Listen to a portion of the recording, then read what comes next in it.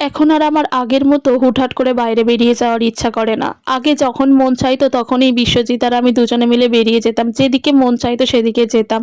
এমনকি এমনও অনেকবার হয়েছে কোথায় যাবো সেটা বাড়ি থেকে আলোচনা করে বেরোইনি।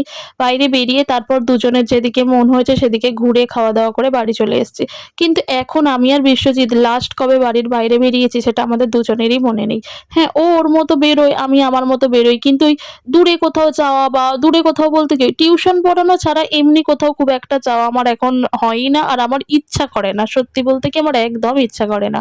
তো আজকে গিয়েছিলাম ওই 'ধুরন্ধর রিভেঞ্জটা' দেখতে। এটা পুরোপুরি দীপের কথা রাখতে গিয়েছিলাম। মানে দীপ আরকি ভীষণ আশায় ছিল এই সিনেমাটা দেখতে যাবে। আর সেই কারণেই যাওয়া। যদিও আমি যদি মানে আমাকে যদি বলা হতো আমি সত্যিই যেতাম না।